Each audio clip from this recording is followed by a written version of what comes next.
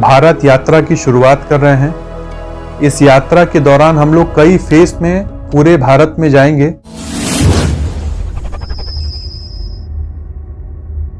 Channel को subscribe करने के बाद घंटी को दबाना ना भूलें। वीडियो कैसा लगा ये कमेंट में हमें जरूर बताएं। जो इंसान पर्याप्त जगह में रहकर अपना पूरा जीवन खुशहाली से बिता सकता है, वो पर्याप्त से ज्यादा लेकर खुद को सफल बताता है। जो इंसान पर्याप्त भोजन खाकर जीवित रह सकता है, वो पर्याप्त से ज्यादा खाकर या पाकर खुद को सफल बताता है। और ये पर्याप्त से ज्यादा चीजें ही हमें वास्तविक सुख नहीं दे पाती, बल्कि ये बीमारी और दुख का कारण बन जाती हैं। और ये वही चीजें हैं जो समाज को अमीरी और गरीबी देती हैं, जाति पात का भेदभाव पैदा करती हैं। और इसी जात पात का भेदभाव मिटाने के लिए खुरपी नेचर विलेज के संस्थापक मिस्टर सिद्धार्थ राय भारत यात्रा की शुरुआत करने जा रहे हैं।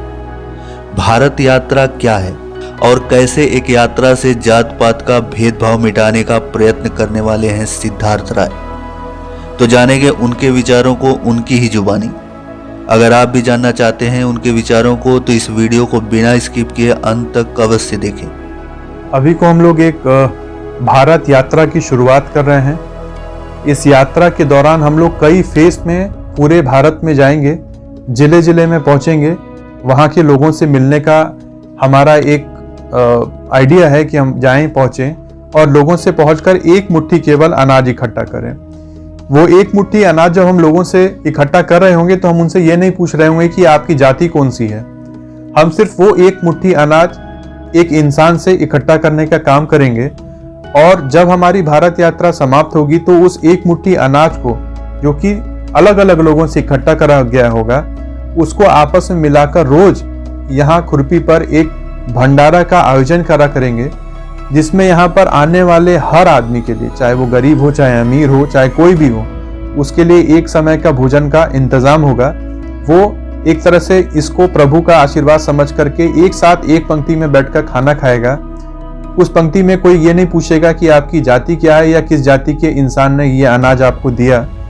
तो कुल मिलाकर हमारी ये धारणा थी कि इस जो यात्रा की हम लोग शुरुआत कर रहे हैं और ये जो अनाज हम लोग लोगों से मांग रहे हैं, शायद 100% तो नहीं, लेकिन 0.1% लोगों की अगर विचार को हम लोग चेंज कर दें कि हम लोगों को जाति पाति के नाम पर एक दूसरे से भेदभाव नहीं करना चाहिए, बल्कि अगर हमें भेदभाव करना ही है तो अच्छे और बुरे कामों के आधार पर लोगों के साथ भेदभाव करना चाहिए। अभी हाल फिलहाल में होली का त्यौहार आने वाला है। बहुत सारे लोगों के घर पर 2 तरह का पकवान बनेगा। एक पकवान उन लोगों के लिए बनेगा जो कि पैदल चल करके इंसान आपके घर पहुंचेगा, शायद वो इंसान आपके घर के बाहर सफाई करने वाला इंसान होगा। और एक पकवान दूसरा जो उन लोगों के लिए बनेगा जो कि बड़ी स्कॉर्पियो सफारी गाड़ी से आपके घर पर आकर रुकेगा। भले उसने लूट, डकैत, बलात्कार जैसा तमाम तरह का गंदा काम किया हो, लेकिन फिर भी हम उसको अपने घर में सोफे पर बैठाकर उसको बर्फी खिलाएंगे। हमें कोई फर्क नहीं पड़ता कि उसने क्या गंदा काम किया है। हमें फर्क तो शायद सिर्फ इससे पड़ता है कि जब उसकी बड़ी गाड़ी आकर हमारे घर के दरवाजे पर रुकेगी तो हमारे अगल बगल के लोगों में हमारी इज्जत बढ़ेगी कि उनके घर बड़े आदमी आते हैं। लेकिन उस टाइम हम लोग ये भूल जाते हैं कि हमें भेदभाव जाति और धर्म के नाम पर नहीं करना चाहिए, बल्कि अगर भेदभाव करना है तो लोगों के साथ अच्छे और बुरे कर्मों के आधार पर करना चाहिए। इस यात्रा का दूसरा उद्देश्य है कि हम लोग अलग अलग जिले में जाएंगे और वहाँ के जो प्रगतिशील किसान हैं उनसे भेंट करेंगे और जो अच्छे लोग हैं उनको जोड़ने का एक दूसरे से प्रयास करेंगे और उनको सम्मानित करने का भी कार्य करेंगे। मेरा ये पूरी कोशिश रहेगी कि जब मैं अलग अलग में जिले में जाऊं तो वहाँ के स्कूल और कॉलेज में भी पहुंचूं और लोगों को ये संदेश देने का प्रयास करूं। और यहाँ खुरपी जो मॉडल है कि किस प्रकार से गांव में रह करके भी रोजगार को हम लोग उत्पन्न कर सकते हैं, उसके बारे में बच्चों को बताएं और उनके मन से इस तरह की भावना को हटाएं कि अगर हम लोग MBA करे हुए हैं या BTech करे हुए हैं तो हम लोगों को शहर में ही नौकरी करनी है, ऐसा ज़रूरी नहीं है।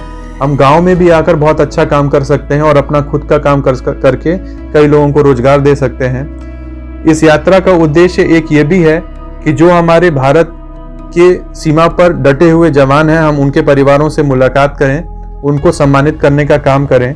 इसके साथ ही हमारे देश में बहुत से ऐसे लोग हैं जो समाज सेवा का अच्छा काम कर रहे हैं, उनको सम्मानित करने का काम करें। और हाँ, एक और जो चौथा उद्देश्य यह है कि हर जिले की अपनी एक पहचान होती है, हर जिले से जुड़ा हुआ कोई एक प्रोडक्ट होता है।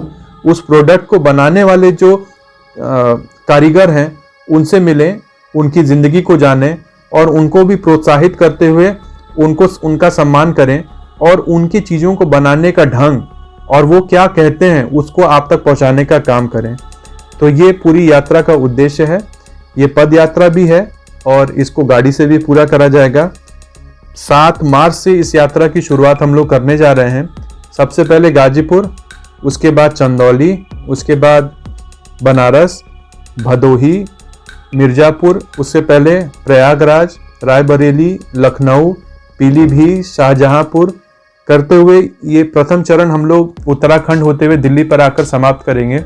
उसके बाद फिर आगे का दूसरा चरण हम लोग शुरुआत करेंगे। तो ये है पूरी भारत यात्रा।